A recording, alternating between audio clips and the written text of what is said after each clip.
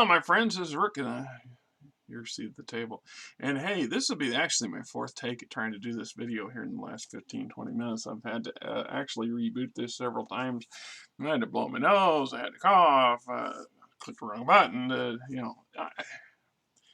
You guys that put out some crack videos out there. I mean, there's some people that put some top-notch stuff, and it's not because they did lots of work, lots of editing work. The better the video, the longer it took to get it created, and I fully appreciate all that stuff. I absolutely 100%, absolutely without a doubt do. Anyway, without further ado, here is the Clans, the Warrior Kerensky, and this is a FASA product. This is coming out in later period of time when I started to was really getting into things, and then FASA bellied up on us. This is the book that really gives you all the information you need to know on the clans' history, the clans as a society, how they function, how basic things. So if you're going to run Mech Warrior, for example, and you want to have settings within the clans, this is a must-have kind of book. If you can get your hands on PDFs of this sort of stuff, this would be an awesome book to have. If you're interested in the lore, the history of the clans, this is also a great book to have. There is a couple, I think Operation Klondike, which is one I don't have, and I kind of wish it did. I've seen some horrifically retarded prices for a handful that are available off of eBay and Amazon. Unless I won the lottery, it ain't ever happening. And even then, you know, somebody's asking $700-800 for a $700-800 for a book that only costs $30 or $40. I'd have to physically go to their location. I don't give a damn if I won that $2 billion lottery that lucky so and so got here a couple months ago. I would actually have to go to the source and view this damn book in person to make damn sure, even at that kind of money, I'm not just throwing it out the window. Anyway, so we've got the history, the secret history of the clans, return to the Pentagon, etc., etc. The Golden Century, the Compromise, the Drive to War, the Go Vote, Operation Revival. There's an introduction here when they sent Wolf Dragoons for their reconnaissance in force. Twilight of the Clans, which is kind of retarded because they never did Twilight. I mean, now they're the Ill Clan. We had the Ill Clan, the Clan Wolf, Fall Huntress, the Great Refusal, end of an era. That it did, and then it kind of got sidebarred by Fan Pro and WizKids take on things, and went down some pretty deep rabbit holes in that period of time, which I am still slowly trying to get a grip on what was going on during the 20 years that I had stepped out of the room. So, comparative timelines up until 3062. Clan Society. This is the section that I found the most interesting. I've read this book a couple times. I just recently finished rereading it just to get it in my head. So we got culture and lifestyle, the case system, how that works. Although it really doesn't, it's a biased view from their perspective because the case systems and other things have a lot more problems than what they want to talk about in the armchair theory,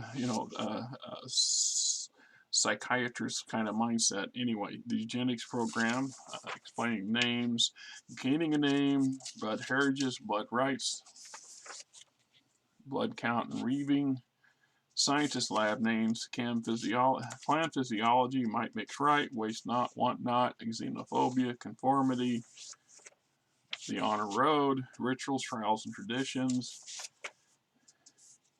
religion, language, the arts, media, holidays and festivals, sports and games, morals, social mores and taboos, clan government, the Grand Council, the Hall of Khans, Lore Masters, Ilkhan, clan councils, clan halls,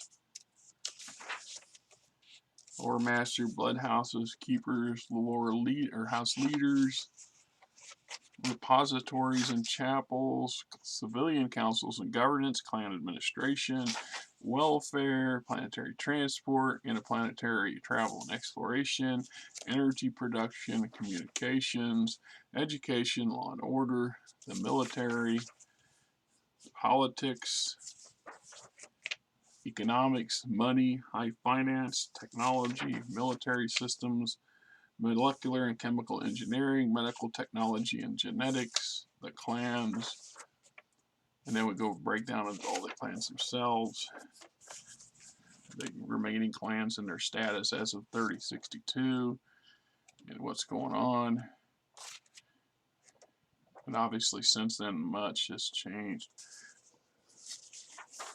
Right, and all a bunch of entries on these, and you find a lot of this. Some of this is just repeated in others from other source books and other sources. Otherwise, it's updated and modernized for the current era, for that 3060 era, the end of the Battle of Tukiad and the lead up to the clans, the Wars of Breathing, and the clans basically withdrawing within themselves to some degree, or compartmentalizing as the home clans cut the inner sphere clans off, and vice versa. So then we got the planetary breakdown of the 5 key worlds of the clans, homeworld, and then there's another map back here that's really good.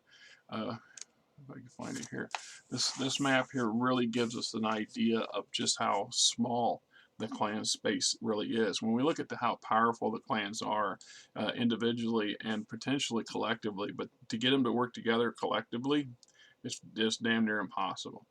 And so the original, here's the distance away and their location in relation to their invasion zone, and the Pentagon worlds, of course, the initial 5 that they saw, that the SLDF survivors had colonized, and then what we have is the Kerensky cluster. So there's some 25, 30 worlds, probably twice that many in mining outposts and quote non officially colonized worlds, so on and so forth. Sounds like the Sailor Township Fire Department's on their way somewhere, because I just heard them go by. The fact is that collectively the clan space would be a minor house within the inner sphere. In any one of the great houses, they have numbers of minor houses, minor nobles. So when you talk about, the House Steiner and the Dukes and the Barons, well, they all control areas of space that's considered a minor house by every definition of the word. And this goes through all of them. Some are more pronounced than others. Obviously, in the Free Worlds League, a lot of this is minor houses that are masquerading as government forms or government collectives or whatever. Individual planets are still ruled by nobility, and a hierarchy is established, even if the locals think that they are, I don't know, something else. And so if you get to the more draconian areas of space, such as the Draconis Combine, it's still here. It's still there. There are minor houses, plenty of nobility, who then are obligated to owe fealty to the next layer above them, and eventually and inevitably the ruling house. So we get a glossary of terms for the clans, and we got some basic rules: clan honor levels, Zellbringen, making the challenge, and of course our index. There you go. This is an awesome book. I really have enjoyed reading this. There's a companion to it I got, and I know I've already did a video of it, I believe, that further fleshes out the clan system and the clan, so we get a better understanding how to play within the clans, to play clans, to represent clans as a foe. Anyway, till next time. This is I've got an ending for this, and I keep using that ending, and it abruptly cuts off at the end. Right? Kind of annoying, but is it? Going on, my friends? This is Rick, and hey, if you like the channel, please hit the subscribe button, hit the like button, tell your buddies, tell your friends, tell your coworkers, tell anybody else that's in the gaming industry or gaming fandom that says, hey, this is a channel worth checking out, right? Till next time, I hope you guys have yourself, and there it cuts off, right? Yeah, I hope you guys have a great weekend. Till next time.